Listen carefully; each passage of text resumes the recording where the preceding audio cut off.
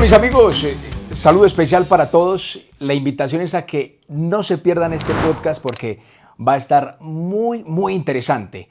Desde la intimidad, desde el ayer hasta el presente. Sí, vamos a estar con el señor de Publimotos, Alejandro Rubio Sabogal. Alejo, bienvenido a un podcast en el que quise llamar Lo que no se grabó. Gracias, Santi, de verdad gracias, un honor estar contigo, que eres colega y amigo y que hemos compartido ya unos años. Vamos a ver qué sale de todo esto. Quiero que las personas que estén viendo este material, por favor, lo compartan, envíeselo a ese amigo que es un buen motociclista, porque no solamente vamos a hablar de motocicletas, vamos a conocer al Alejandro desde sus inicios, porque tenemos una historia muy chévere que usted va a decir, bueno, este man, ¿de dónde se la sacó, Alejo? Créame que lo va a sacar entre sonrisas, vamos a desempolvar por ahí uno que otro sentimiento y hablar del presente, que es muy importante. Oiga, Alejo, curiosamente cuando estaba dateándome con las personas más cercanas tuyas sobre lo que fue ese recorrido de tu vida, ya son más de 64 años de historia, de mucha experiencia y ojalá muchos de ustedes tuvieran la oportunidad de conocer el Alejandro fuera de esa dirección, en este caso de la revista Publimotos que ya todos conocen. Esos inicios, Alejo, ustedes iniciaron en un hogar donde era la menor, Yadira Rubio Sabogal, y tenemos a alguien que le apodaban ustedes BH. ¿De quién estamos hablando, Alejo? De mi hermano menor, yo soy el mayor. PH era el caballero de la familia, era el hombre noble de la familia, era el buen mozo, como decía mi abuelo, en fin, era nuestro hermano, éramos tres. Se nos fue, compartimos mucho de niños, hicimos muchas cosas, pues, como cualquier grupo familiar. Y éramos los tres unidos a mi madre, sobre todo, porque mi padre venía, aparecía y desaparecía en algunos momentos. Ahorita vamos a hablar del señor Gilberto Rubio, porque fue un hombre muy letreado, un hombre muy culto, y de ahí también viene mucho lo que es el señor Alejandro Rubio Sabogal, o Alejo, o el señor de Publimotos, como muchos lo conocen. Hablemos, Alejo, para comenzar, porque quiero que empecemos a desempolvar esta historia de la señora Elma Sabogal de Rubio, porque cuando Alejandro, eres el mayor, ya no lo acabas de comentar, Alejandro tuvo que alinearse mucho con su mamá para ayudar a sus hermanos menores, porque había un tema familiar allí con su papá, Alejo. ¿Cómo es el tema allí?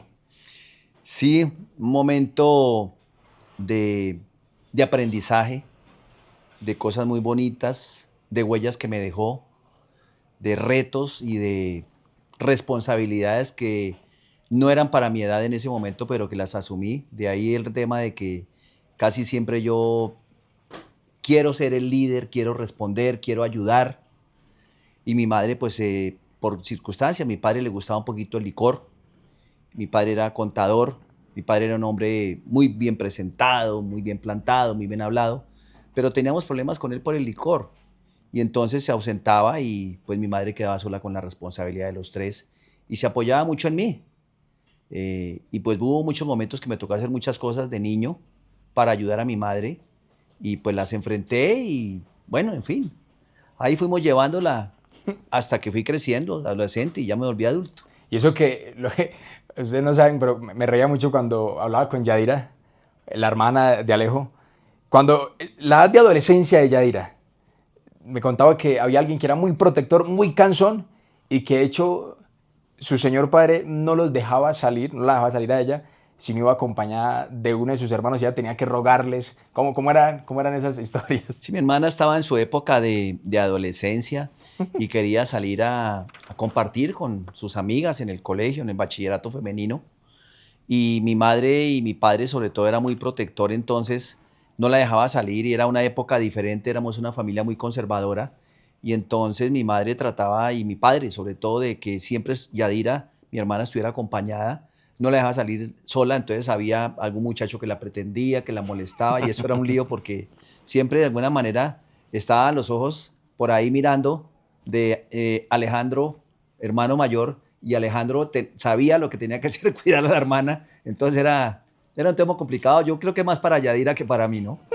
Oiga, Alejo, saliendo un poquito del tema de la familia, ¿fuiste mensajero? ¿Ahí empieza ese amor por las motos o cómo fue Sí. esos inicios? A ver, por allá yo tendría unos 14 o 14 años tal vez, y pues nos tocaba rebuscarnos un poco. Y entonces me vinculé con una revista que nunca me olvida, se llamaba la revista Trocha en Villavicencio. Y yo trabajé allá en la mensajería y en oficios varios y aprendí un poco el armado de la tipografía y todo eso. Este señor me explicaba cosas, eso era otra época. Y por ahí trabajé un tiempito, con eso conseguí ahorros para comprar una bicicleta, era Monarch Cross, todavía me acuerdo. Compré una bicicleta y trabajé por ahí con eso y después me vinculé con el gobierno a trabajar en otras cosas y después, con el pasar de los años, ya adulto, ya casado, tuve que volver a la mensajería. Hay algo que muchos rescatan de Alejo y es el tema de cómo es esa, un poquito exagerado con la limpieza, con el aseo, que esto está sucio. En la oficina ustedes ni se imaginarán que por qué el brazo está allí, que quién dejó esto en la cocina. Y eso se ve mucho a sus abuelos paternos, al señor Gilberto Rubio y a la señora Paulina Medina. Sí, mis abuelos paternos. Mi abuelo era un hombre ejemplar. A mi abuelo le aprendimos muchas cosas, un hombre culto. Fue juez, no era abogado, era una época diferente. Mi abuelo trabajó mucho tiempo en el sector público, él hablaba mucho de las guerras mundiales, era un hombre muy letrado, investigaba mucho, también como muy puesto en su sitio, de ahí tal vez la herencia de mi padre y de alguna manera de mi hermano y un poco la mía. Y mi abuelo pues era una persona que la admirábamos y nos contaba unas historias fascinantes. Y mi abuela Paulina era de las que le fascinaba que la casa de ella tenía un aroma rico, un aroma muy delicioso, siempre lo conservo. Mi abuela no tenía una olla con un negrito, las ollitas siempre eran brillantes, Yeah. brillantes. Y de ahí se me pegó una costumbre que yo digo que si a mí me pagaran por lavar loza yo sería millonario. Y ahí viene un tema del aseo, la cama. Mi abuela no dejaba que sus hijos, o sea, mi padre y mi tía, se sentaran en la cama después de que estaba la cama tendida, porque ya que uno se sentaba en todos lados y que uno llevaba cosas a la cama y que no se podía sentar. Era muy psicorrígida con la ropa de mi papá y mi mamá. Y mi papá no me podía embarrar, no podía jugar. Bueno, un tema fregado ahí.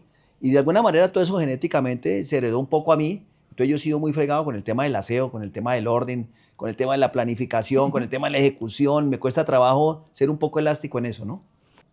Alejo, Pablo Rubio Medina, periodista, colega. Yo creo que de ahí viene ese sentimiento por el periodismo, por las comunicaciones y lo que hoy en día es Publimotos, el medio oficial, el medio de la industria de las motos.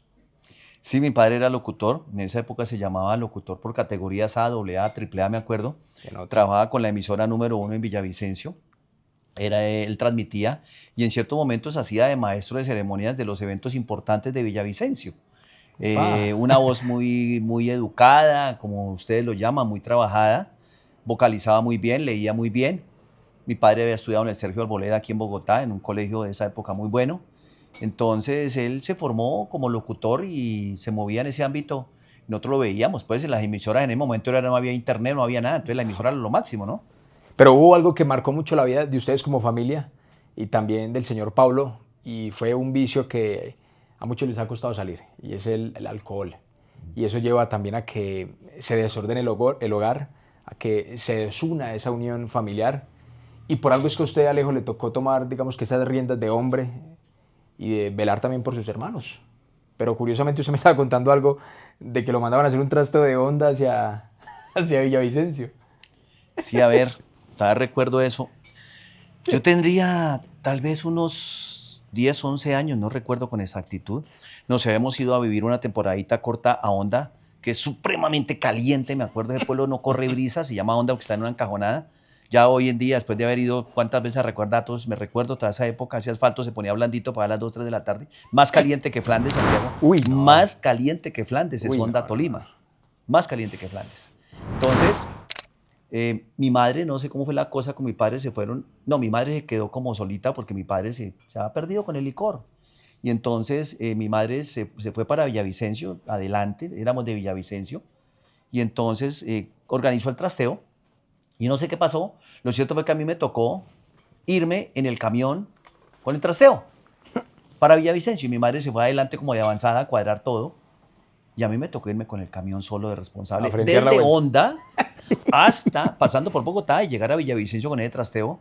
Y yo me acuerdo mucho de eso, claro, era una gran responsabilidad. Llegamos, el camión entró a la plaza de Abastos, no me acuerdo a qué. A ese camión le robaron algo por debajo mientras estuvo en la plaza de Abastos, parqueó un momentico, no iba a echar nada porque el camión iba lleno con nuestras cosas. Pero finalmente me tocó llegar a Villavicencio con ese trasteo y mi madre pues ya estaba muy atenta y pues comunicando, y no había celular, de alguna manera el conductor se comunicaba por los teléfonos y eso con mi madre.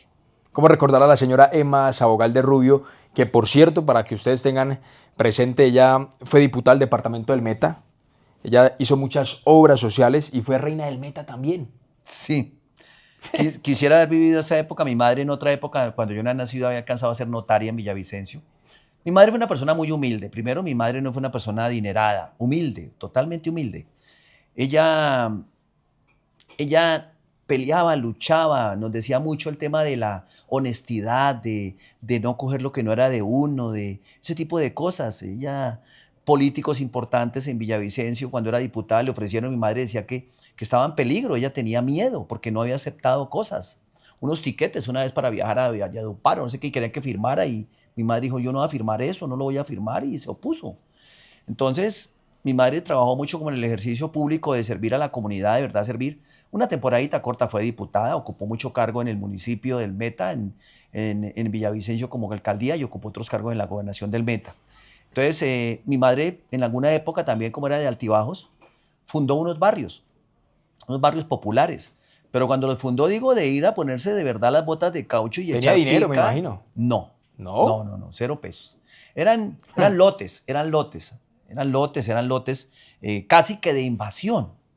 Después los iban legalizando y las comunidades que necesitaban, las personas muy humildes necesitaban, iban allá a trabajar los fines de semana, a echar pica, a lotear, a medir y hacerle el hueco y hacer la fundición de la base de la casa, y eran sin servicios públicos, ¿no? Entonces mi madre fundó unos barrios en Villavicencio, Guadalajara, me acuerdo todavía el Jardín, el Centauro y otro barrio que no recuerdo, fundó 4 barrios con un señor Luis que también trabajaba en eso, y de ahí vino pues ese tema de ayudar a la comunidad, y pues vivíamos en una casa normal en Villavicencio con todos sus servicios, con todo.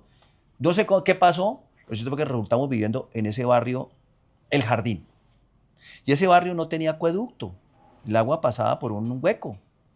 Perdón, tenía acueducto, pero no tenía aguas residuales, no tenía tubería. Entonces el agua residual pasaba por un huequito por delante, no había energía, entonces todo era con baterías y cositas y haciendo maromas y con velas de noche. Ahí estuvimos tal vez un año larguito ahí.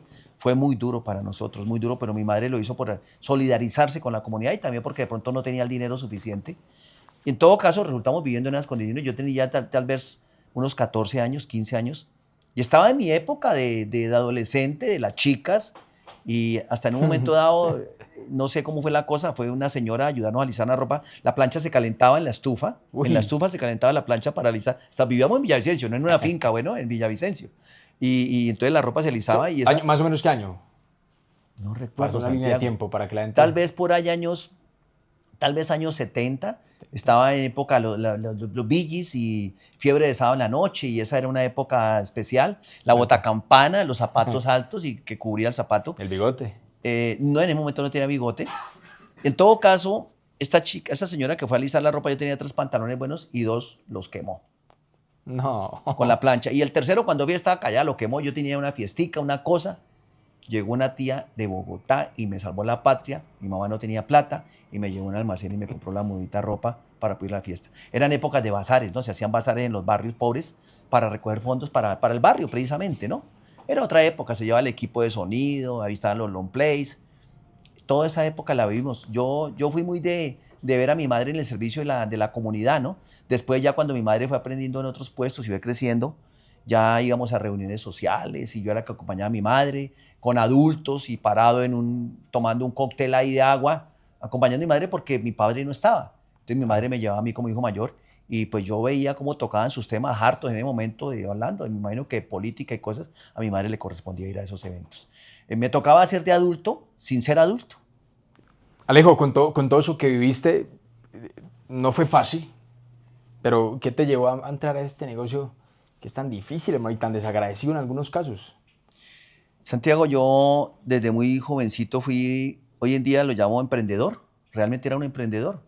Entonces desde los 13 años en Villavicencio yo empecé a hacer las cometas o pitingles. Yo los hacía, porque un niño cercano, un chico, los hacía para rebuscarse la plata, y yo lo vi, yo aprendí, era la verada, la flor de la caña brava, cómo se partía, y yo empecé con unos macheticos viejos, con los primos, ir a, pues, para allá los fines de semana, el domingo, a las orillas de los ríos a cortar la caña brava y a sacar las veradas, las gruesas eran las más bonitas, y aprendí cómo se hacían las cometicas y el hilo, y con los ahorros de las onces compraba el pegante y los papeles, y hice las cometas, y yo salía y las vendía. Y ya los muchachos del barrio sabían, iban y me compraban las cometas a mí. Y por ahí empezó todo esto. Después hice los bonais hoy en día, que llaman los refrescos. Los hice, también vi un señor que hizo eso. Los bolis. Los bolis, unos baldes y se hacía un hueco con cuchillo caliente y unos tubos y se metía el plástico ahí. Yo hice eso. Ahí también los vendía pues embolsados y después los refrigeré en congeladores por ahí prestados que me cobraban el alquiler para congelarlos. Mi madre tenía un cinquita, yo tenía por ahí unos 18 años. También hice eso, los bonais. Vendí ropa de una fábrica de un tío que tenía una cosa de confecciones, también busqué la ropa. Y la fotografía, a los 13 años empecé también a tomar fotos. Entonces tomé muchísimas fotos de niños, 20, 25, 30, 40, todavía me acuerdo, sobre todo las 20, 25 y las postales, 30, 40, 40, 50, todavía me acuerdo, se retablaban y otras en vidrio, 4 botoncitos y una cadenita. Y yo le tomaba muchas fotos a los niños. Yo tomé miles de fotografías, miles, con cámaras de 35 milímetros, no me acuerdo, 6x6, todavía me estoy acordando de las cosas, cámaras de negativos, de 12 tomas. Ya cuando aparecieron las de 36 era mágico, pues. Y tomé muchas fotos y ahí empezó el gusto por todo este tema de la fotografía. Y siempre yo inquieto por lo que pasaba en los hogares, en las familias, en la sociedad, en las personas. Yo siempre era muy curioso, era como a tratar de entender qué pasaba, por qué se vivía así, por qué se vivía así. Y ahí empezó como el tema de la curiosidad de descubrir vidas de terceros, de cuartos. Pero también había un tema ahí transversal. Y era que yo tenía un recuerdo por ahí de los 7 años, yo tal vez en una camita o algo, y yo abrí una revista, a mí nunca se me olvida, yo abrí una revista que yo tenía en la mano, y como en la portada interna había una moto, que yo también me trato de acordar, un señor con un traje negro, con su casco, de noche, era tal vez, yo digo hoy en día tal vez una 750, una moto grande, y estaba lloviendo, caían unas gotas, y la luz atravesaba las gotas y el señor estaba conectado con su moto, y yo no sé qué pasó a mí, me llegó una energía, yo dije, quiero andar en moto, quiero andar en lluvia, y empezó ese enamoramiento de la moto, y ahí empezó el tema de la moto, la primera moto. Ahí fue cuando llegó la Correcaminos. Ahí fue cuando llegó la Correcaminos, entonces algunos chicos ya en otros barrios que habíamos vivido, entonces ya tenían la moto y uno la miraba babeando. Y había un señor, un muchacho amigo que era William Amorocho. Ojalá me olvide el nombre de aquí a mañana, William Amorocho. Y su papá trabajaba en el banco, él tenía forma, entonces a él, el papá le regaló una Kawasaki 100 Correcaminos, que llamaba comercialmente Correcaminos G7, que la comercializaba en el momento Auteco y era el más vendedor de motos en el momento, era la Kawasaki 100. Era una moto que yo la veía grande, esa llanta, todavía le recuerdo esa silla cuadrada, Auteco, Kawasaki, y yo decía, eso son la máximo, y nos poníamos a hablar de esa moto, y entonces William me dejó dar como una vueltica, no, eso para mí era una cosa fuera de serie, pues eso ni qué 1000, ni qué 1200, eso era un aparatote, eso todavía me acuerdo, yo me acostaba como nervioso con eso. Con su casco y todo, me imagino, sus guantes, su chaqueta de No, seguridad. nada de eso, no había casco, no había guantes, no había nada. ¿Cómo era el motociclismo en esa época? No habían tantas motos, ¿no? No habían tantas motos. La moto era una nave como rara, especial, y que la tenía en el barrio era un tipo único. Eso stop alumbraba muy bonitos, eran motos 2 tiempos, no había 4 tiempos. Honda en ese momento no estaba, todo era 2 tiempos. Kawasaki, Yamaha era muy fuerte también con algunas referencias de motos, RX, DTs, este tipo de motos, Calimates, antes Calimati y Monochas, eran otra época, ¿no? Pero no había las comunidades de hoy en día, no habían grupos, no habían clubes, no habían pistas, era un goce de disfrute diferente, ¿no? En la motocicleta. Y de por ahí empezó ese enamoramiento de la moto, y después con la Kawasaki 100, y después vino otro momento donde yo me enamoraba de una moto, de una Yamaha que estaba en una vitrina, en un almacén de Yamaha, donde yo iba hacia el centro, y yo por las noches me iba hasta allá a mirarla cuando estaba cerrado el almacén. En Villavicencio. En Villavicencio.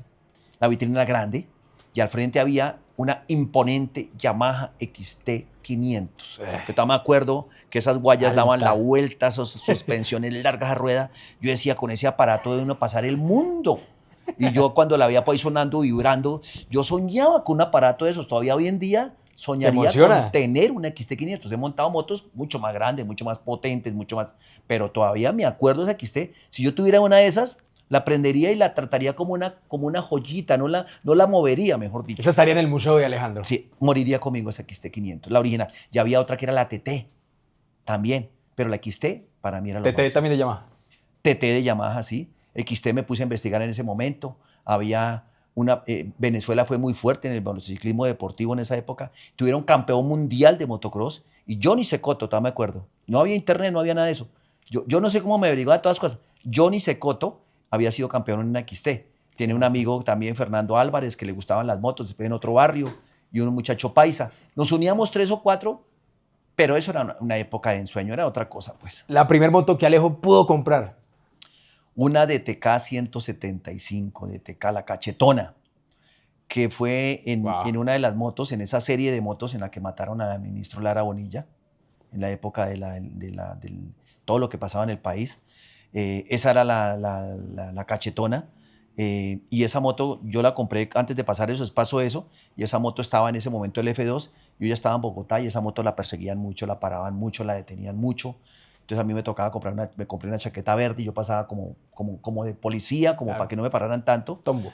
Como tombo, pero esa moto era una moto, caminaba mucho esa DTK 175, toda. Si la tuviera alguien bien formadita, eso se come lo que sea de para arriba, le da guerra el doble de potencia. Alejo, ¿a dónde metiste esa cachetona? ¿A qué partes difíciles de Bogotá y del país metiste esa cachetona? Santi, yo ya estaba casado, nos vinimos de Villavicencio con mi esposa en ese momento, hoy en día ya estoy separado de ella. Raquel, sí. Estábamos estudiando los dos en la Católica, ingeniería civil. Ella no pudo con la carrera porque no eran los números para ella. Y era difícil mantenerlos los dos. Y yo me costeaba todo de noche trabajando. Que de hecho te graduaste con ella en el colegio. Con ella me gradué del colegio. Sí. Ella iba mal en química, tengo que confesar algo. Yo era muy bueno en física y en cálculos. Y entonces yo ya estaba sobrado, yo ya pasaba la materia. Y pues esa era la chica que la clase le echaban el ojo. La popular. Sí. Entonces yo presenté el examen de ella. Camilo no sabe esto. Yo presenté el examen con el nombre de ella y ella presentó el mío. Ella se rajó y yo pasé. Y con esa nota alcanzó a pasar en limpio el final de año química, porque tenía también cálculo ahí metido de por medio. Entonces metiste la cachetona, hiciste chance, el cartucho, hablemos de eso. Bueno, imagínate que hicimos un emprendimiento, seguimos con el emprendimiento con unos amigos. Estaba la época del juego de chance, el juego de chance se recogía en moto, en los papelitos. Y entonces dijimos, no, ¿por qué no abrimos unas rutas? Y entonces nosotros íbamos a las tienditas y le decíamos, ¿quiere vender chance, señora? Mira, aquí le tenemos un tablerito. Y entonces nos pusimos a traer con una casa de chance, pero no éramos recogedores de alquiler, sino éramos recogedores de nuestra propia ruta, pues nosotros ganamos un porcentaje diferente. Entonces hicimos rutas, nos íbamos con Mariano, con otro muchacho, como 4 amigos, Andrés, 4 o 5, en las motos, yo tenía mi DTK. Y entonces abrimos rutas y eran rutas buenas, otras rutas no eran tan buenas, lloviendo como fuera, uno tenía que llegar a las 9:15 antes de que el juego jugara y uno se queda uno con el juego y corra y de todo. Una de esas casi me llevo una familia por delante por la 10ª porque yo no los vi lloviendo. Yo frené, me deslicé, solté el freno, yo no sé cómo. Yo tenía ciertas habilidades innatas y pues Dios no quiso que pasara nada en el momento, pero estuve a punto de tener un accidente. Primero que cuando eso las motos no tenían tanta seguridad en sistemas de frenos. No, nada, no sabíamos que era ABS, CBS, nada de eso. Era todo era frenos, la mayoría eran de campana, el disco era poco. En fin, entonces apareció una ruta que se creó en el cartucho, en lo fino del cartucho, aquí en Bogotá, en la zona más fea, más peligrosa. Resulta que esa ruta botaba mucha plata, esa gente allá jugaba mucho juego, hacía mucho juego. Pero el muchacho que estaba recorriendo la ruta dijo, yo no vuelvo por allá. Eso es supremamente peligroso, yo no vuelvo por allá. Y entonces que le haga el de la cachetona. El de la cachetona era yo, el de la ETK, 175, que porque parecía Polocho y me llevaba la chaqueta verde. Y yo dije, yo le entro. Pero yo no había entrado nunca al cartucho de noche. No, una película de esas estilo americano, de una olla adentro donde todos se alumbraban con velas, allá eso olía a todo, popó por todos lados, drogados por todos lados, en los andenes, inmundicias, basuras, una cosa súper peligrosa. Yo digo, ¿por qué me metí por allá? Yo duré tal vez 1 mes y medio, 2 meses recogiendo ese juego todos los santos días. Y entonces... ¿No pasó nada grave? No, pero hasta que me dijeron. Porque yo me hacía pasar como feo. Feo era los F2. F2, que existía el F2. Antes de todo este tema de la fiscalía, existía el F2. Entonces, al F2 les decían feos. Entonces, yo me hacía pasar como que estaba camuflado por feo y estaba recogiendo un juego de chance. Entonces yo me hacía el serio y entonces yo pasaba ahí camuflado. Se pillaron que yo no era ningún feo, que yo era un civil común y corriente. Y entonces dijeron, a ese tipo hay que cogerlo. Y entonces ya en una tienda me dijo, lo van a coger. Váyase. Mañana lo van a coger a usted. Yo no sé cómo me campaneó el hombre. Santo remedio, no volví por allá a recoger ese juego, pero duré como mes y medio recogiendo juego en la calle del Cartucho, la zona más peligrosa de Colombia. Una Claro. olla reolla. Por ahí me metía con esa moto a recoger juego chance. Y claro, lidié mucho en la noche, en el frío, con la lluvia, con la inseguridad. Y también tuve ese emprendimiento también y pues aprendí el oficio también de andar con la moto para arriba y para abajo haciendo eso. También estuve de mensajero de una empresa, ya casado, tenía dificultades. Villa Hernández, nunca me olvidé esa empresa de ingenieros, estaba en la séptima con 50 y pico. Y ahí trabajé como un año. Ya tenía una GP 125. Bueno, Ellos me compraron una GP. Yo tenía mi DT guardada. Yo me compraba una GP 125 de un muchacho que yo conocía. La GP era una moto caminadora, dura, tesa. Busquen por ahí Suzuki GP 125. qué nota. Caminábamos duro con un muchacho que llamaba Gustavo. Con la moto íbamos para Vallecillo y caminábamos duro. Y esa moto, en esa moto alguna vez me mandaron a comprar un plástico al San Victorino, poco de plástico para una obra, y yo llegué al otro lado, yo lo amarré y llegué sin el plástico a la oficina y no me cobraron el plástico, la verdad, me repusieron el plástico. Y hice mensajería y arranqué también con Servientrega en una época cuando Servientrega tendría por ahí 3 años, ahí sí no me aguanté mucho, me aguanté un par de meses, pero hice el oficio también, porque yo era rebelde, mi padre y mi madre en Montoya estaban otra vez y trataban de ayudarme, yo no, yo me rebusco solo. ¿Sabe que es que yo puedo? Porque es que yo no podía estar por aquí, no es que no, yo era rebelde.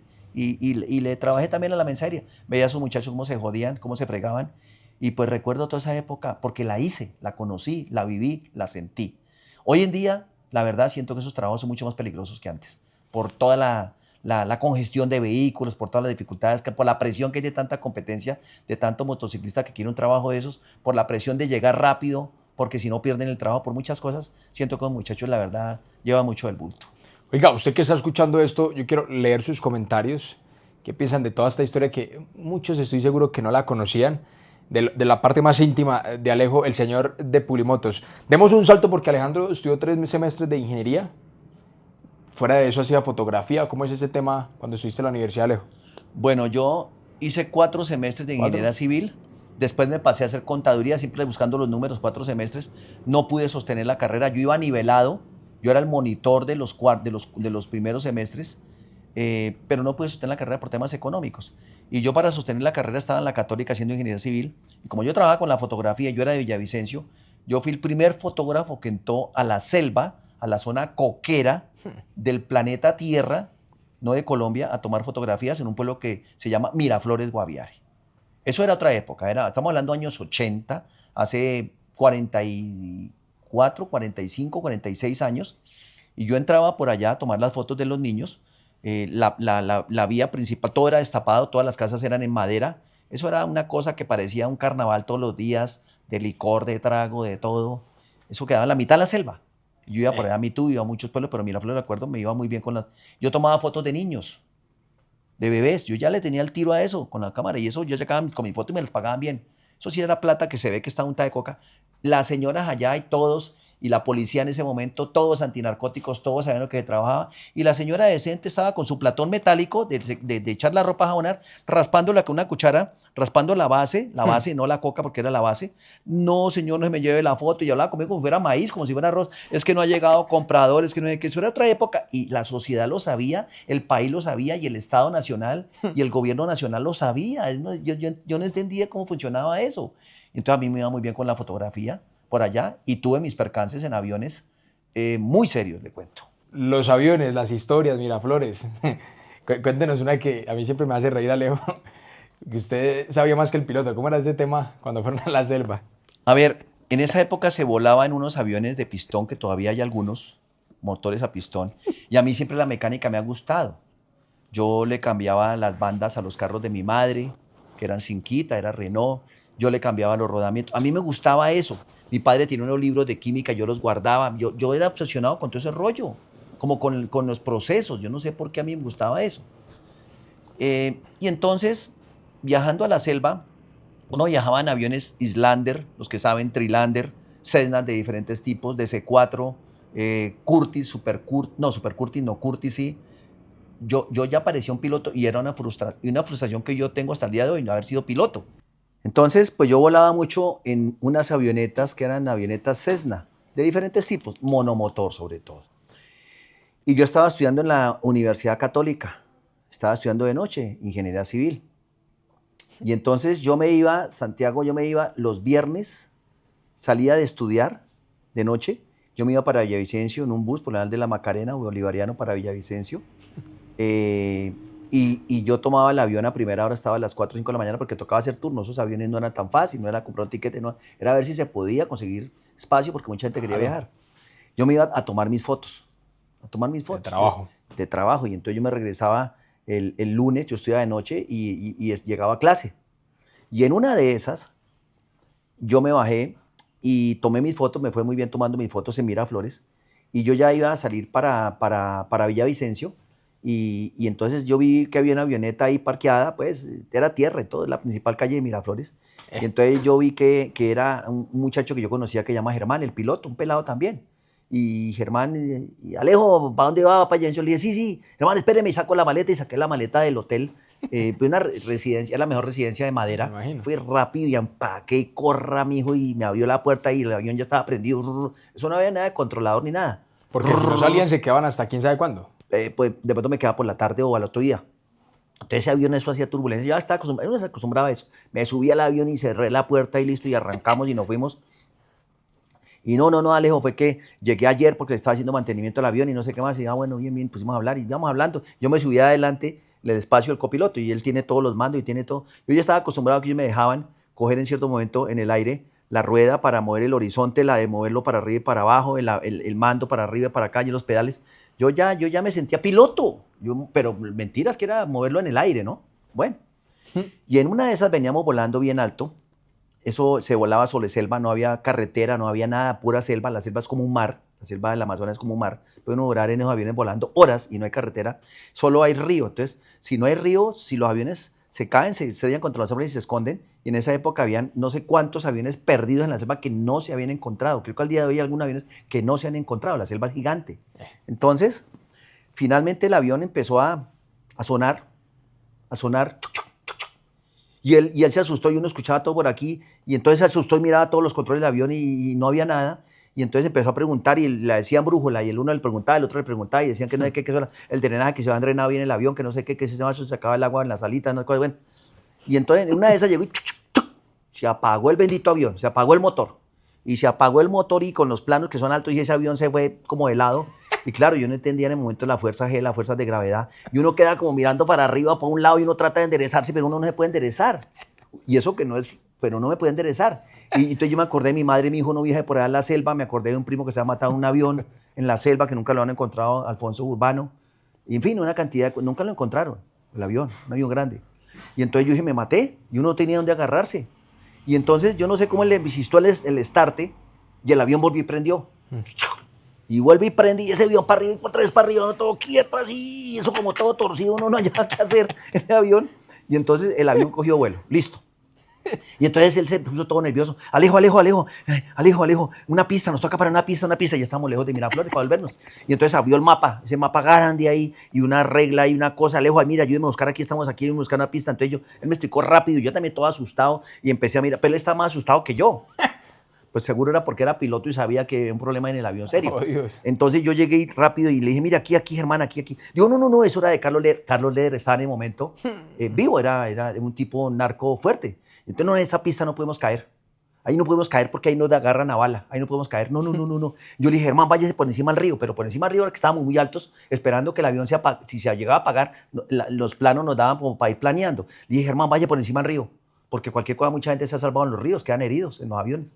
Pues madre, íbamos en esas cuando de pronto yo me busqué. Le dije, mira, aquí hay un pueblo, Germán, Calamar. Me dijo, sí, vámonos para Calamar. Yo no conocía Calamar Guaviare. Y resultamos aterrizando en Calamar. Lo mismo, un tierrero, y ya habían ahí como unas 15 personas esperando avión. Me lo dijeron que llevaban como 8 días esperando avión, porque el avión pasaba 15 días y no iba por allá. Llegó y aterrizó, y él abrió la ventanilla y alguien le hacía señas de una cosa que le ha caído, y entonces se le ha caído un componente del alternador. Entonces ya cuando ya nos bajamos, y entonces yo ya vi, y Alejo, ¿y eso qué le dije? Eso es del alternador, hermano.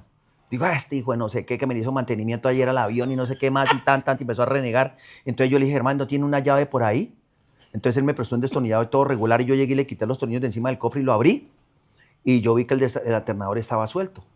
Entonces yo me traje, venga, lo apretamos, yo vi los cables, y entonces yo le dije, ¿y ahora qué hacemos, Alejo? ¿Me va a quedar aquí metido un mes mientras viene alguien? Y dije, no, hermano, yo ya empecé a pensar en que yo, ahí no venía el bus y que yo tenía mi examen de física en la Católica esa noche. Tenía que irse. Tenía que irme como fuera, pero no me podía ir sino en ese avión, no había nada más que hacer. Yo en el aire dije, si me salvo de esta, no me vuelvo a subir en un avión. Y la gente miraba y se daban cuenta que yo no era mecánico, los que estaban ahí esperando. Entonces yo cogí tan y una cinta aislante, para meter una cinta aislante, yo envolví los cables, los terminales del alternador para que no hiciera corto. Yo le dije, hermano, ¿para qué necesita corriente? Me dijo, no, para los flash y para no sé qué el radio. Le dije, pero usted los puede apagar arriba, sí, yo los puedo apagar, y el radio dijo también. Le dio start, prendió esa batería, yo entendía el tema como era, y entonces yo sabía que tenía buena batería, y es un motor de pistón común y corriente como el de un carro, o sea, no hay mucha diferencia. Entonces yo le dije, no, Germán, ya, dijo, ¿seguro, Alejo? Le dije, tranquilo, hermano, pues usted apague esa vaina arriba. Alejo, yo, no, fresco, hermano, fresco. Y a mí me gustaban ya las motos, yo le hacía cosas a las motos mías, entonces yo sabía. Claro. Entonces yo lo cuadré y le puse y le atornillé y le puse la tapa y ¿quién va para Villavicencio? Ninguno se subió, pero ni uno se subió, ahí se quedaron ahí quietos, no decían nada, estaban como pasmados, esa gente estaba como pasmada ahí. Y yo me subí en la avioneta y me fui, claro, asustado por más que sea, pero yo sabía lo que estaba pasando y yo entendía. Y arrancó y arriba apagó el radio y llegué a Villavicencio. Llegué a Villavicencio, me bajé, ya coronado, Dios, hermano, y bueno, pues miro, y yo cogí un carro para Villavicencio y cogí un bus y llegué aquí a la Universidad Católica a presentar mi examen. Esa noche les conté la historia, ninguno me creyó, creyeron que yo era un cuentachistes, un chismoso. Oiga, y conté esa historia.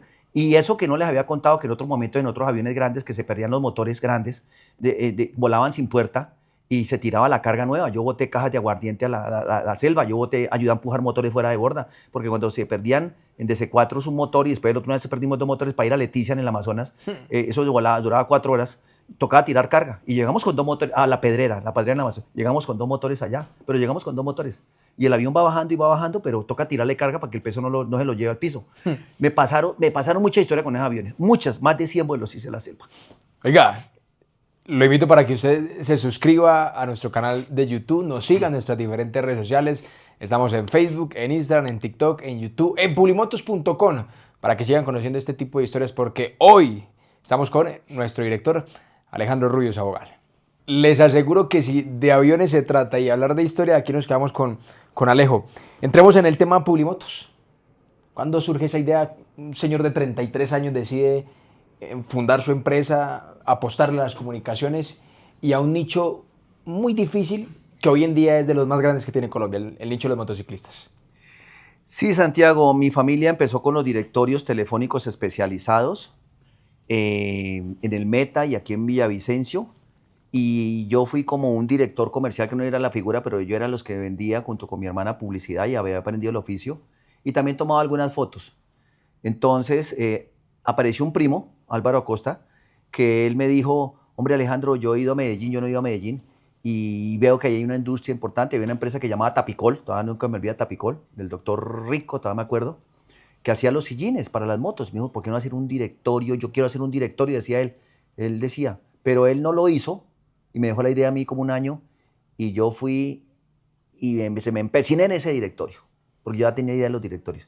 Y saqué una plata prestada con una cooperativa, una cooperativa que en ese momento, que me olvida el nombre, 3,5 millones, nunca me olvida. Y yo hice unos volantes y unas cosas ahí, yo no sabía mucho de litografía, y dije que el directorio del motociclista. Y ahí nació el directorio del motociclista y me preguntaba, yo decía, no, es que es una empresa editorial, es un grupo editorial que tiene otro directorio del sector ferroviario, el sector aviación, y pero ¿dónde está? No, se me acabó, se me agotó, pero yo le mando uno y así echaba yo carreta. No me atendía nadie, no podía entrar a una ensambladora, el vigilante no me dejaba entrar, yo parecía un chiflado, parecía un loco, nadie me creía eso.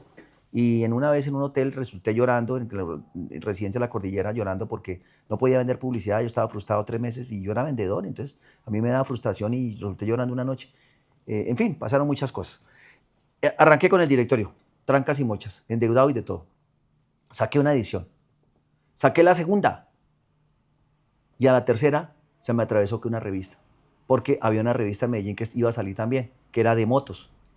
Y entonces se me atravesó la idea de la revista de motociclismo. Y yo era coleccionista de revistas de España, Moto Verde, Moto 30, Moto Actual, Piloto. Todavía me acuerdo de las revistas, yo las coleccionaba. Y a mí me gustaba eso, yo era bobo con las motos. Ya había tenido hartas motos mías, GP, RX, GTO, DT, Cabra, Honda 125, ya 4, ya había tenido muchas moticos, pues de segunda pues yo las cambiaba y las hacía y bueno, en fin, ya había viajado un poco. Finalmente arranqué con la revista Publimotos, con muchas dificultades. Las primeras ediciones salían cada 6 meses y eso era un cuento diferente a los directorios. Y ahí arrancó Publimotos. Probé la primera moto que monté, me ayudó una persona que trabajaba, Tiberio Jaramillo, que ya falleció, que había sido campeón de trial, que trabajaba con BMW en Medellín. Él me ayudó con la Hondita, una Honda 125 XL. Eso andábamos con cascos sin caretas, sin guantes. Eso era otro momento. Y él me ayudó y me enseñó un poquito cómo era el asunto. Él lo hizo a su estilo. Le copié un poquito el estilo, yo fui cogiendo mi estilo y fui aprendiendo que no me iban a dar una moto por una prueba. Yo pensaba que me iban a dar una moto por una prueba. No, no, no. No, eso era otro cuento, era la publicidad y un poquito. Y sufrí mucho con esas primeras revistas, demasiado. Sacrifiqué mucho la vida de mi hija, la mayor. No podía compartir con ella mucho, mucha escasez de plata, muchos problemas, mucho acose. Fueron años muy difíciles, la verdad, muy difíciles. No fueron 2 ni 3 años, fueron varios años muy difíciles. Mi hermana me ayudó, pero difícil, difícil. Y al fin logramos impulsar la revista y fuimos aprendiendo y fuimos trabajando con la revista. Alejo, para hablar del tema del directorio, que yo sé que muchos quieren conocer ese tema bien, fueron más de 26 años fortaleciendo un directorio y es entender en qué momento usted entendió que tenía todo un gremio en un libro. Usted fue el único que se atrevió a meter fabricantes, mayoristas, almacenes, lubricantes, llantas, todo un gremio en un libro. Sí, Santiago, ¿qué pasó? Que se necesitaba porque en la familia había el directorio de la belleza, estaba el directorio del Meta, yo ya conocía el directorio de la Z de la construcción, yo sabía que eran directorios especializados cuando estaban páginas amarillas de publicar y no estaba el internet y los directorios eran lo primero que uno consultaba en la casa, el directorio de páginas amarillas. No había internet, no había celulares, no existía el celular, era otra época. Entonces yo dije, no, aquí hay que hacer un directorio de las motos, pero para hacer el directorio de las motos necesitaba recoger la data de los almacenes de las diferentes poblaciones. Entonces, yo fui a Medellín y conocí a Medellín cuando estaban empezando apenas los primeros comienzos del metro. Nada, ni había arrancado, era rompiendo por ahí. Y conocí Medellín. Y así conocí Armenia, y conocí unas ciudades. Recogí unos daticos de algunos pueblos, de algunas ciudades. Pero el resto del país no. Entonces yo cogí las páginas amarillas de cada ciudad y sacaba los datos de los almacenes que estaban ahí, los plasmé y los organicé y los cuadré y en otras ciudades fui. Y empecé a hacer el directorio anualmente. Entonces empecé a hacer el directorio anualmente y que todos los años lo hacía. Yo viajaba mucho por el país, muchísimo viajaba, mucho, mucho, mucho. Después apareció al tercer año la revista Publimotos, que ya se volvió después mensual, y entonces todos los meses íbamos a entregar la revista físicamente. Yo me turnaba entre 15, 16, 17 ciudades para ir a entregarla físicamente. Yo tenía un carrito, un Fiat Mirafiori, y como sea, yo mandaba esas revistas y las entregaba en los almacenes, y molestaba mucho. Entonces conocí, recogiendo los datos, los almacenes. He ido a Cartagena 200 veces, donde no he ido al mar, a recoger los datos de la otra Cartagena que el turista no conoce, a Turbaco, a Arjona, a los diferentes pueblos, a Ciénaga Grande, a Ciénaga de Oro. A los pueblos fui muchas veces, a Granada en el Meta, a Pasto, a Ipiales, a Cúcuta, arriba, abajo, al norte. Me recorrí 700 pueblos y ciudades en este país, pero no los recorrí 1, 2 ni 3. Perdí la cuenta cuántas veces fui a Santa Marta o a Pereira o a Armenia o a Manizales a comer los chorizos santarrosanos, sabía, y entendí la cultura de mi país. El paisa. El paisa es un ser humano fantástico. Es una persona que es desinteresada desde todo punto de vista. Quiere servir, quiere ayudar, quiere apoyar. Lo hace desinteresadamente. Me prestaron chaquetas de personas que yo no conocía. Tranquilo, mañana me las trae. Una cantidad de cosas que uno dice, pues, madre, el paisa es muy amable, es muy gentil. Eso el paisa no lo ve. Uno que viene de afuera, uno lo nota de una vez y entonces uno se contagia de eso. Y en ese ejercicio con el directorio de motociclistas recorriendo el país, yo hablé con muchas personas que estaban arrancando sus negocios, sus almacenes, y yo siempre he sido muy dado a ayudar. Y entonces me acuerdo mucho de una señora en Tuluá que estaba montando su almacencito. Me acuerdo otro señor en Cali, me acuerdo de uno aquí en Bogotá. Yo me ponía a hablar con ellos. Hombre, don Alejandro, usted que ha viajado tanto, me decían en ese momento, porque llevaba el país segundo año. Dígame cómo ven los almacenes por allá, qué cree que. Entonces yo les decía, mire, cuadre el aviso así, límpielo, esta mercancía, estos piñones acomódelos mejor. Como a mí me gustaban las motos, acomode esta parte que la vende más, exhíbala más, esas llantas hágale esto, pídale a tal proveedor, a tal otro. Ya conocía yo los proveedores un poquito, Claro. ¿verdad? Me gastaba mi tiempo hablando con ellos, se me iba el tiempo y eso no, yo no le estaba vendiendo nada a ellos, no me estaban pagando nada. Yo lo hacía desinteresadamente. Y después pasaba al año siguiente. El taller, por ejemplo, el mecánico no crece. El mecánico no crece es porque es desordenado él mismo, porque le gusta el traguito. Pero de 100 mecánicos yo veía 2 o 3 que resultaban con su almacén. Me acuerdo el Rolo en Acacías. Hizo un súper almacén, pero era muy juicioso. Trabajaba mucho los domingos por la mañana. Entendí que el país tiene un potencial ni el macho y que el problema de Colombia es su gente. No es más, es creer como el paisa que se puede hacer. El paisa sabe que lo puede hacer. Si todos nos contagiáramos de eso y de manera honesta, honrada y no tratando de conseguir lo que el otro tiene rápidamente, hoy en día el estereotipo es o ir a un reality o ser influencer. Ese es el estereotipo de los muchachos. Y trabajar desde casa. No, las cosas se construyen con calma. A mí me preguntan, ¿y cómo hacer, don Alejandro, para hacer lo que usted hace? Hombre, eso se hace con tiempo, con calma, con paciencia, con dedicación, con perseverancia, entendiendo que no es fácil, con la ayuda de Dios. Alejo, creo que eres el hombre que más kilómetros tiene en Colombia en una motocicleta. Y eso se asocia mucho con el directorio del motociclista, porque conoces desde el pueblo más pequeño hasta la ciudad más grande. De hecho, charlando con alguien que me dio esta información, ustedes tuvieron la oportunidad de irse en una Honda Tornado 250 a recoger la información del directorio del motociclista hacia adentro del San José del Guaviare. Porque muchos creerían, no, el directorio, Alejandro, unas grandes motos. No, hay que decirle a la gente que eran motos pequeñas. De hecho, la 180 de Pulsar, cuando fue según, también tuvieron la oportunidad de darle harto recorrido en este país. Sí. La primer Pulsar de este país, yo la aerografié, fui el primero que aerografió. Yo me enloquecí, con la Pulsar yo me enloquecí. ¿Qué hice? Mandé desarmar las ruedas, le quité los radios, los mandé cromar los radios, mandé anodizar los rines, le puse rines doble pestaña, la mandé cromar, que todavía me acuerdo que la mandé aerografiar, que la aerografía me costó en el momento 800.000 pesos. No, eso era una cosa de loco. Yo me despegué con ese tipo de trabajos. Y en esas, a mí también me dio por hacer un periódico que se llamó Notimotos. Hice 4 ediciones para Bogotá y para el Meta. Aprendí que el periódico era otra cosa. Hice un directorio del aseo y la industria alimenticia. Hice otro directorio, hice la revista Puricamión durante 10 años. Hice el directorio de carga. Pero lo mío seguían siendo las motos. Hice un programa de televisión, el único que ha salido en un canal importante a nivel nacional, en el Canal 1, lo hice 4 años, lo saqué del aire hace unos 17 años, lo enfrentaba nada menos que con Sábado Felices, cuando Sábado Felices era visto, tenía buen rating. Lo enfrentaba yo los sábados por la noche, después los domingos, media horita. Ese programa, eso era una locura y aprendí muchas cosas y viajé más por el país. En esas me dio por meterme a San José del Guaviare, me fui con unas motos, una GSR 600, una Hondita Tornado y otra más. Allá en San José nos recibieron como reyes, eso parecía un desfile, una caravana de reinas, de todo pasó. No, fantástico todo eso, conocer todo eso por allá. Oiga, Alejo, la Boxer, ¿qué historia tiene la Boxer? ¿Y qué importancia es usted en los libros de Bayash con este nombre? La Boxer, de alguna manera ellos le pusieron el nombre, dicen que por un trabajo que yo hice, Wow. porque yo me conseguí en Bogotá un perro boxer, no sé cómo lo hice, con el dueño me ayudó y me dejó entrar a su apartamento, y le puso unas gafitas y le puso una chaqueta, y el perrito se dejaba tomar la foto, y entonces se le puso a la Boxer, y yo en su momento dije, yo estoy en el libro de los no sé cuántos años de Auteco, donde yo dije que esa sería la moto más vendedora del país después de la G7, y la Boxer en su momento, en manos de Auteco de Valle, fue la moto más vendida por muchos años. No, y de hecho nosotros acabamos de hablar hace un poquito del especial del 2025, que la Boxer es la moto que más se vende en Colombia porque mezclan 2 referencias, mientras que NKD tiene 5 referencias. Y es un caso aparte, pero Boxer, sí, Alejo Rubio Sabogal es el que hace parte de esa historia. ¿Quién lo iba a creer, no? Sí, la Boxer es la más vendedora al día de hoy por las 2 referencias que son muy similares, por unos cambios pequeños. La NKD es la cifra, pero si uno suma las 2 Boxer, suma más que la NKD. Claro. Alejo, ¿qué se siente que el padre le lleve ese sentimiento a su hijo? Son nuevas generaciones las que siguen al señor de Pulimotos. Visité muchas fábricas, procesos, a mí me fascinaba eso.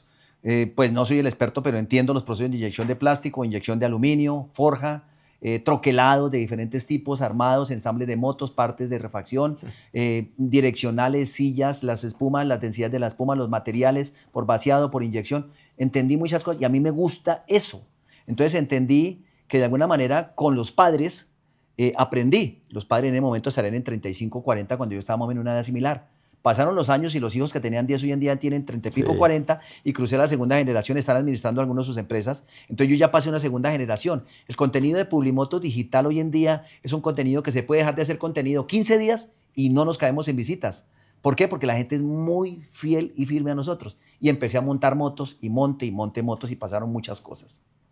Si usted está todavía conectado con este podcast, con el señor de Pulimotos, lo invito para que se suscriba si no lo ha hecho, comparta este material, dele me gusta, deje su comentario, en Facebook síganos y en todas nuestras redes sociales y en pulimotos.com. Alejo, sos un simpatizante del tema ambiental, te gusta mucho también el tema de la seguridad vial.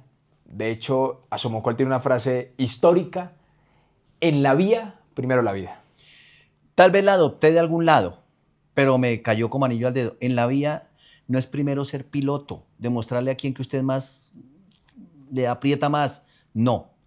En la vía, primero la vida. En la pista es otra cosa. Hay dos diferencias. Y estamos volviendo las vías pistas y por eso nos estamos matando y por eso hay tanta siniestralidad. Y yo trabajo mucho alrededor de eso porque en manos mías han muerto algunas personas, Santiago. La Duro. última que murió saliendo de Flandes hace unos años. Entonces, eso me ha dejado impactado. He visto gente sufrir de una herida que uno sabe que va a fallecer en los últimos segundos. Eso le deja un trauma en la cabeza. Entonces, yo soy del pensar que la moto no es peligrosa. El peligroso es el individuo. Los huecos están para todo el mundo. Pero los chicos jóvenes, que son donde está la cuota grande de sangre entre 25 y 30 y 32, Sí. esas personas son las que más son desafiantes en la vía. Y ahí viene la cifra de fallecidos, de casi 5.000 fallecidos que posiblemente salieron al 2025 y las tragedias que hay con los heridos lesionados de por vida. Entonces yo he sido una persona que pregono y he hablado con grupos de motociclistas en el pasado donde me dicen a los pocos meses que tal persona que estuvo en la reunión falleció. Duro. Un primo hermano mío venía a trabajar conmigo y falleció por un accidente que tuvo en la vía. Entonces yo hoy en día a todos, a Daniel Acosta, que es instructor de pilotos de pista, yo siempre les digo a todos y él ha aprendido, él me dice que él a mí me ha aprendido cosas. Le digo, no, Daniel, usted es un pilotazo. Y digo, no, para usted le ha aprendido muchas cosas. Y yo a todas las personas siempre les digo y les diré, mientras tenga vida, hay que bajarle la velocidad. Esto no es un tema de una campaña, no toquemos ahí las cámaras de fotomultas, que ese es otro asunto. Si uno le baja la velocidad, hay muchas cosas buenas para las personas. Primero, menos contaminación, menos gasto de dinero en combustible, menos desgasto de motor, menos desgaste de piezas de frenado, menos desgaste de piezas de tracción en sistemas de arrastre. Hay una cantidad de cosas que son mías, que las conozco y se ahorran dinero, pero menos estrés. Porque uno cuando está andando rápido, uno está con todos los sentidos alerta a algo que puede pasar en esta jauría de locos que andamos y de salvajes en las ciudades. Y lo más importante, previene un siniestro vial o accidente vial. Y eso es lo que estamos viendo. No lo haga por la cámara, hágalo por su vida y por su familia. Alejo, quiero proponerte un ejercicio.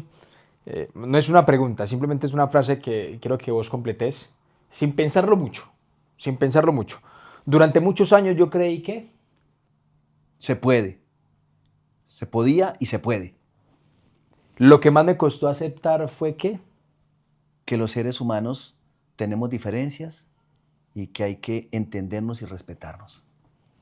Para lograr lo que lograste, yo tuve que renunciar a... Compartir con mi hija la mayor, lo más que más me ha dolido. Compartir con mi hija me dolió demasiado porque mi hija se me fue del país. No compartí con ella y cuando ya la vine a ver, ya tenía 15, 16 años, no compartí con mi hija. Eso me ha dolido muchísimo, que perdí años de mi vida por estar dedicando a este proyecto, que no los disfruté porque estaba tratando de levantar una cosa que era muy fluida, muy fregada. Perdí vivir por estar en este proyecto. La parte de mi historia que casi nunca cuento es... Las limitaciones que tuve, las escaseces, el incumplimiento con pagos, de alguna manera el estrés que viví años de no poder cumplir con los pagos. Hoy intento ser mejor en... Mi genio, mi afán, mi desespero, le he bajado a la velocidad y creo que eso trato de llevarlo a mi vida. Sin embargo, cuando aparecen cosas nuevas, vuelvo y acelero. Y por último, si tuvieras que pedir perdón, ¿se lo pedirías a quién? A mi hija la mayor. Por no haber compartido contigo, Zaira, sí, por eso. Porque ya es una mujer adulta, tengo 4 nietas y no compartí con mi hija la mayor y trato de corregir eso con mi hija la menor, mi hija de 9 añitos, que es mi segunda hija. Alejo, fuera de las cámaras, ¿cómo eres? ¿Quién es Alejandro Rubio Sabogal fuera de una cámara y un micrófono? Una persona, como todos decimos, común y corriente. Una persona que ya a mis 64 años no pienso en conseguir cosas económicas. A los 30 de pronto sí, hoy en día ya no. Que quiero tener tiempo para mi familia, para hoy en día mi compañera de vida, Carol, mi hija, que son mi núcleo familiar. Quiero compartir más con ellas. Quiero tener una vida tranquila.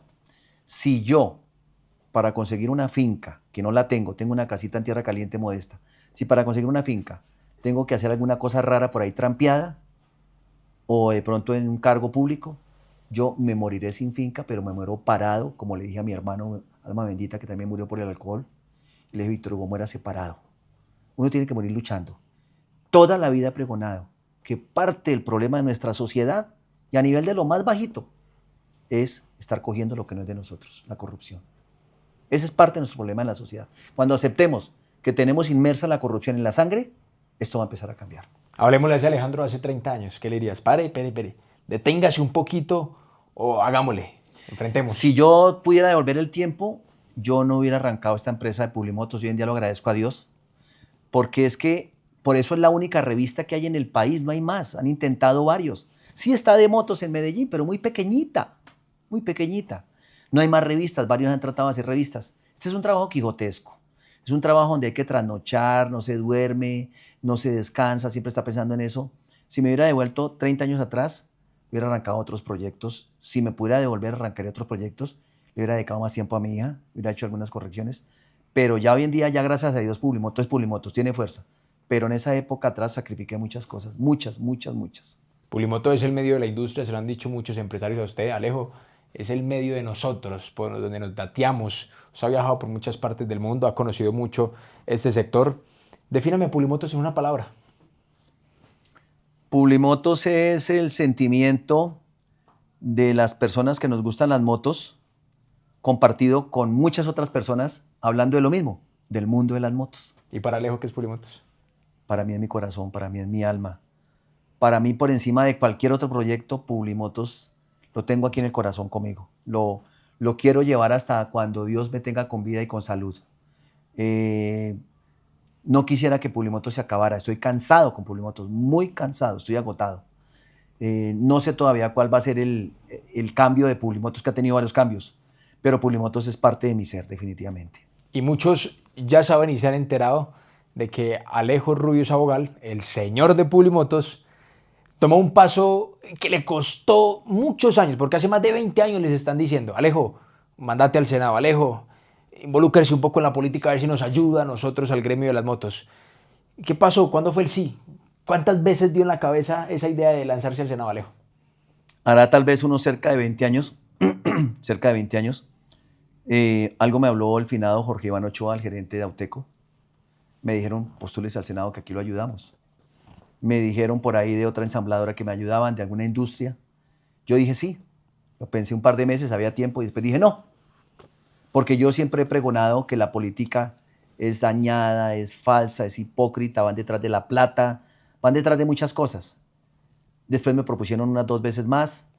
Hace poco por ahí con un concejal también me propuso que se estaba lanzando a la candidatura como concejal, hoy en día soy concejal, muy amigo. Con otra persona que está con él me propusieron que me postulara, yo le dije sí, también me moví.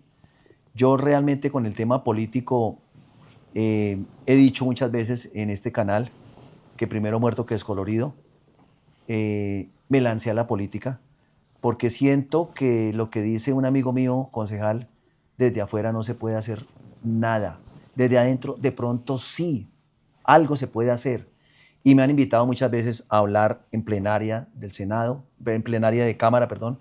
Me han invitado a hablar varias veces a la Comisión Sexta, me han invitado muchas veces al Congreso a hablar, me han visitado senadores en mi oficina, representantes, concejales, he ido donde alcaldes, he hecho muchas cosas y yo veo que el sector público está tan dañado a nivel de muchos funcionarios altos, que todos son aparentemente hombres con vocación de servicio, falsa vocación de servicio, y que la impunidad al castigo ejemplar carcelario para los funcionarios públicos empezaría a cambiar este país. Pero el Congreso de la República no lo quiere cambiar bajo la premisa de los abogados, de que las normas, de que las leyes no les conviene que se cambie porque posiblemente una cantidad de congresistas se van para la cárcel.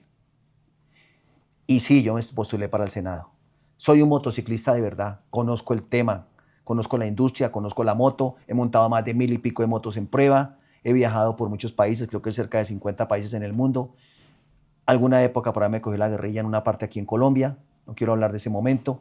He viajado por muchos lados, conozco la realidad del motociclismo en mi país. Me molesta mucho que mucho político se haga pasar por motociclista.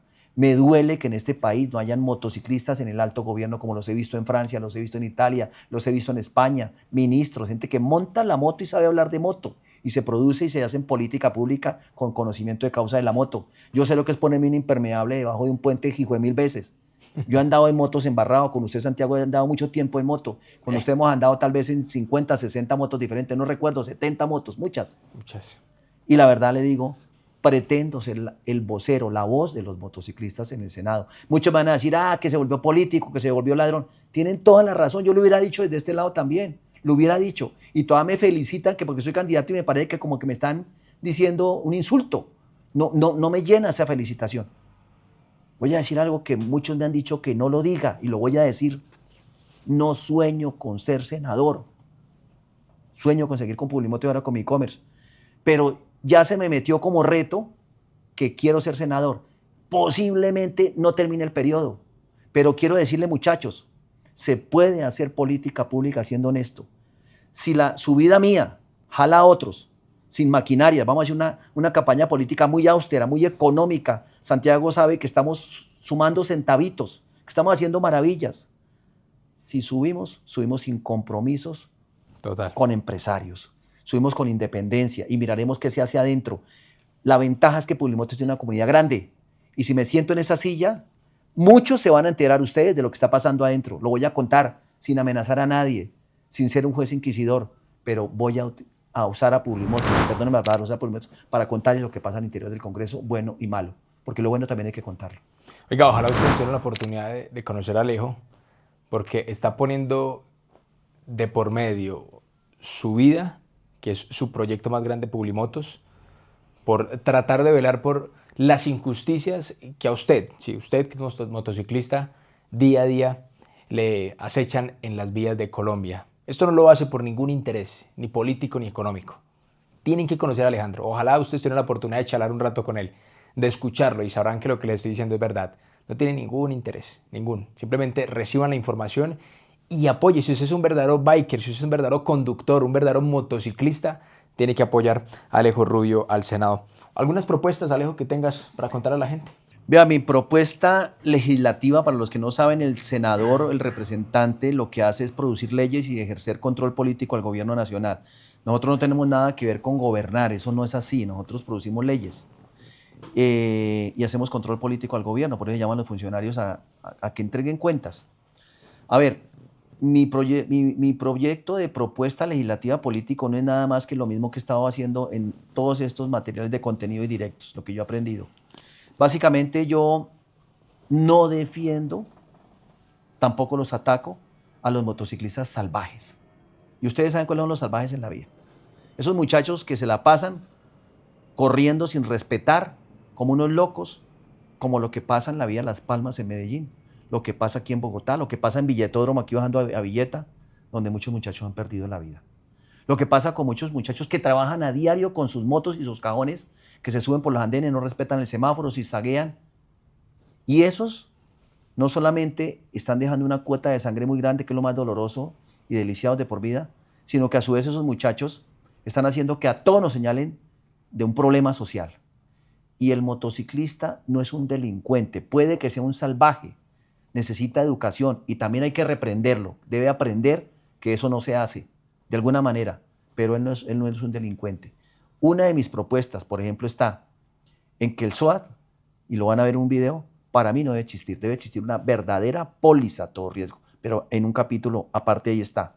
Otra de mis propuestas, la revisión tecnomecánica para las motos, que tiene un trabajo mucho menor que el de un carro con 4 puertas, 4 llantas, 4 frenos, debe valer mucho menos. Y ahí hay metido un tema, investiguen lo que es público, el clan de los Torres, Euclides Torres, búsquenlo. Me dicen, no lo nombre, lo nombro. Sí, señor, el que mueve todos los negocios de tránsito en este país. Eso hay que denunciarlo, hay que hacerlo. Hay plata para reinvertir en educación en la malla vial de las multas recaudadas. La Agencia Nacional de Seguridad Vial no es sino un parásito público, otra vez que se creó para cargos públicos y repartir recursos públicos. Y los muchachos y chicas que trabajan en las aplicaciones en carro y moto tienen derecho al trabajo legal y no estar huyendo cuando empiezan operativos de control. Es uno de mis proyectos. Hay que poner en la mesa del Senado, buscar cómo se viabiliza. Y esto no es un proyecto político por subir al Senado, esto ya hace mucho rato, esos temas son míos. Tengo varias cosas ahí que quiero tocar y poco a poco se las voy a ir contando. ¿Cómo la gente puede votar por Alejandro Rubio Sabogal al Senado? Estoy en una coalición y yo sé que me van a criticar y que no sé qué, que con ese partido no estoy. Háganlo, están en todo su derecho. Díganlo, tranquilos, desde que sean con respeto. Estoy en una coalición que se llama Ahora Colombia. Y miren bien lo que voy a decir, escúchenlo bien. En esa coalición de primera está el partido Mira, de segunda está el partido Nuevo Liberalismo, donde está el alcalde, donde yo mismo me fui en contra del alcalde con unos videos a decir que al alcalde se le podía recoger las firmas para tumbarlo, porque no comparto lo que hizo el día de Halloween y otras cosas que ha hecho. Y estoy en el partido donde estoy, que llama Dignidad y Compromiso. Un partido que investigué no tiene grandes compromisos, grandes cosas. Estoy con el número 15, Alejandro Rubio Sabogal, señor de Publimotos. Los que me quieran apoyar, los agradezco. Que quieran difundir este material, lo agradezco. Los que no, están en todo su derecho porque pues no soy monedita de oro para gustarle a todos y la mayoría rechazan la política. No voy detrás de ningún contrato ni de ninguna plata estatal. Se los juro por el alma bendita de mi madre, no voy por nada. Me moriré con lo que tengo. Tengo una camionetica Nissan Pathfinder que compré en 2015, tengo una casita en Tierra Caliente, tengo unas oficinas en donde estoy, tengo unas cositas. No soy de plata, para otros soy millonario, no. No van a creer que la camioneta que tengo por ahí, 2015, de pronto me la ven después, consiguió camioneta. No, señores, eso no es así, tampoco es así. No pretendo conseguir plata. Vea, que le quite este gobierno 11 millones a los senadores me parece bien. Bájele el cuento al sueldo al senador, bájeselo bien. No voy por esos 30 o 40. No he preguntado cuánto gana un senador. Sé que voy a tener un asesor y los debo tener, claro. Y voy a trabajar con la gente de confianza mía. Claro, voy a trabajar con la gente de confianza mía. Y tengo algunas propuestas que poco a poco se las voy contando. Entonces, no olviden Dignidad y Compromiso, el número 15, en una alianza, en una coalición. Mire que hasta la palabra no es coalición, que se llama Ahora Colombia. Entonces, espero me acompañen. Alejandro Rubio Sabogal, el señor de Publimotos. Luego, ¿cuántos cargos públicos ya están comprometidos? Ninguno. A todos les bromeo y les digo, voten por mí y que me quedan 2 ministerios. A todo el mundo le mamo gallo. No, señor, yo no voy a comprometer cargos, yo no me voy a empeñar con eso. No voy a empezar mal, ¿por qué me voy a empeñar con eso? No, nada de eso, no.